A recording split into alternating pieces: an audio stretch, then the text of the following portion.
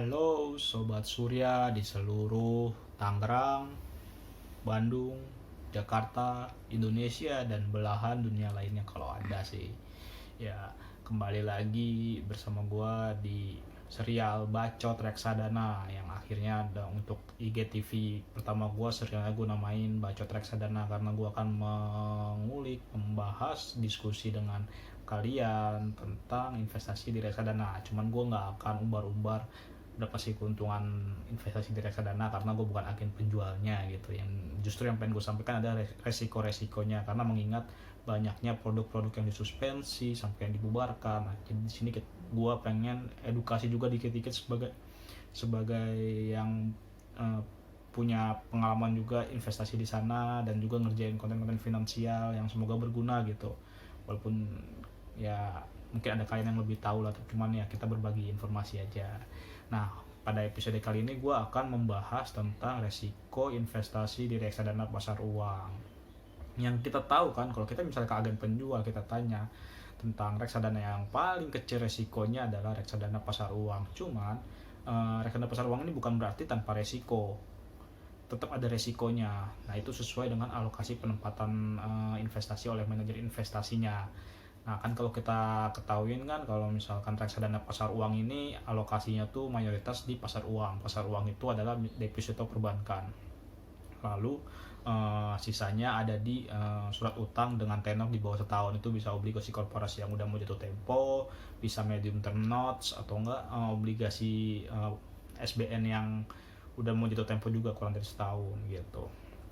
Gak tau sih kalau yang SBN ini ngarang-ngarang gue juga, gue belum pernah lihat, tapi rata-rata sih di obligasi korporasi yang kurang dari setahun ya, sama MTN ya gitu. Terus lalu di mana resikonya? Nah, resikonya di sini. Pertama, biasanya untuk bisa mendapatkan imbal hasil yang tinggi, berarti para manajer investasi ini akan menempatkan uang kita di deposito perbankan bank-bank kecil, bisa dibilang bank buku 1 atau bank buku 2. Kenapa?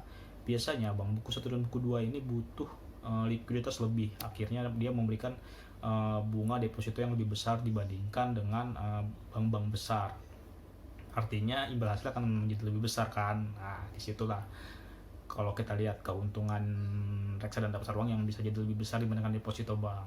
Cuman masalahnya, jika bank kecil ini ditutup atau mengalami masalah dan harus dilikuidasi, uang jaminan yang di LPS adalah sesuai dengan bunga LPS rate. Nah, kita nggak tahu nih, ketika manajer investasi ini menempatkan dana deposito itu, apakah bunganya sesuai dengan LPS rate atau enggak. Kalau enggak, berarti yang dijamin adalah bunga yang sesuai LPS rate itu gitu. Jadi bunga yang lebih dari LPS rate itu akan ya udah hilang begitu aja gitu. Nah, itu menjadi salah satu resikonya itu. Tapi secara keseluruhan deposito menjadi produk yang tanpa resiko karena emang udah dijamin LPS, walaupun cairinnya kalau apa-apa ya ribet juga sih. Lalu yang kedua adalah alokasi di surat utang dengan tenor kurang dari setahun, yang bisa jadi obligasi korporasi, bisa jadi MTN. Nah, lalu apa resikonya nih? Biasanya kan, wah kalau udah tinggal kurang dari setahun sih harusnya perusahaan udah menyiapkan dana untuk pembayaran kewajiban jangka pendeknya kan. Jadi berarti hampir pasti resikonya lebih rendah dibandingkan obligasi yang jangka panjang. Cuman kita nggak tahu nih peringkat obligasinya, peringkat perusahaannya bisa turun atau enggak nih. Kayak misalnya lagi pandemi gini, peringkat utang perusahaan diturunkan semua kan sama lembaga rating. Nah, itu bisa jadi berdampak pada harganya, walaupun biasanya kita nggak di pasar uang ini nggak mainin di harga sih, dia mainnya di kupon, jadi bakal disimpan sampai jatuh tempo kayaknya ya. Ini sih dari logika gua aja, karena udah kurang setahun jadi nggak mungkin dijual lagi di pasar sekunder, berarti dia akan menghabisin itu sampai jatuh tempo, sehingga keuntungannya bisa dibilang udah fix lah gitu. Nah, cuman bisa jadi juga obligasi surat utang jangka pendek ini gagal bayar. Itu kejadian waktu yang perusahaan yang apa sih yang merek mebel Columbia itu, yang akhirnya dia gagal bayar MTN itu heboh banget kan. Ternyata banyak yang terlibat di situ. Nah, berarti ada juga kemungkinan surat utang jangka pendek ini gagal bayar. Kalau gagal bayar berarti ini menjadi resiko tersendiri untuk produk reksadana yang menempatkan di surat utang jangka pendek tersebut. Nah, berarti kan bisa tergerus tuh. Masalahnya juga banyak juga produk-produk reksadana yang pasar uang yang melakukan penempatannya itu 50-50 antara di pasar uang dan di pendapatan tetap. Malah beberapa kalau gua cek itu ada yang mayoritasnya justru 60%-nya di obligasi yang kurang dari setahun ini gitu. Artinya ketika obligasi ini bisa jadi gagal bayar, berarti kan resiko kerasannya kan cuma lebih tinggi kan gitu. Dan itu pun terlihat apalagi kalau misalkan harga obligasi juga turun, berarti juga mempengaruhi imbal hasil si reksadana pasar uangnya. Nah itu bisa terlihat juga dari imbal hasil reksadana pasar uang yang juga ada yang minus. Kalau kita cek misalkan secara overall di Infovesta,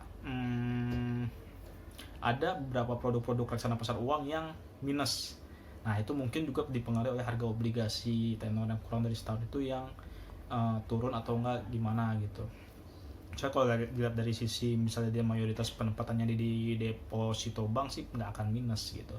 Kalau dari pengalaman gue menempatkannya di Sukor Invest Money Market Fund. Di situ tadi gue baru lihat di fund sheet-nya fund fact sheet kok fund sheet di fund fact sheet-nya itu mayoritinya dia di deposito pun deposito BPD kayak Bank DKI, Bank BJB, Bank apalagi satu lagi gue lupa.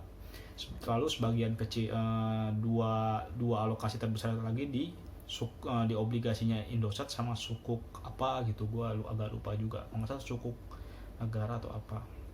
Nah itu kan berarti kan dia lebih mayoritas deposito. Dan pengalaman gue invest di produk ini, gue juga nggak pernah mengalami minus sih ya, walaupun imbal hasilnya juga nggak gede-gede banget kan. Kita kembali ke pepatah klasik, high risk high return kan, semakin tinggi resiko semakin tinggi keuntungannya. Cuman di sini gue nggak terlalu dapat untung, cuman emang karena reksadana pasar uang ini gue jadikan sebagai bantalan arus kas yang gampang dicairinnya dibandingkan di deposito atau gitu. Lalu kalau misalnya gue simpan di bank kan kena biaya biaya adminnya lebih gede daripada biaya pendapatan bunganya. Mendingan gue taruh di reksadana kan, gue dapat imbal hasil walaupun emang harus membayar juga jasa manajer investasinya, cuman masih cincai lah di sana gitu. Jadi untuk sepanjang pandemi ini sih gue emang fokusin memperkuat portofolionya di pasar uang dulu deh gitu, di reksadana pasar uang, karena bisa dicairin kapanpun. Itu sih kalau misalkan cerita dari pengalaman gue ya, karena karakter reksadana pasar uang ini yang paling pas untuk menyimpan dana darurat jangka pendek. Kecuali jika kita mau nyimpan dana darurat jangka panjang, kita bisa membaginya, misalnya dibagi ke deposito untuk menghilangkan resiko, atau nggak ke emas lalu ke saham gitu. Tapi kalau dalam kondisi kayak gini sih yang tidak pasti sih, gue taruh di pasar uang dulu aja deh, takutnya ntar butuh kenapa-napa kan gitu. Gitu sih kalau dari gue. Sampai di sini dulu kita membahas tentang resiko investasi di reksadana pasar uang. Sampai jumpa lagi di episode berikutnya yang mungkin gue bakal bahas resiko investasi di reksadana pendapatan tetap. Penasaran kan? Saksikan juga nanti ya di episode berikutnya ya. Oke, bye bye.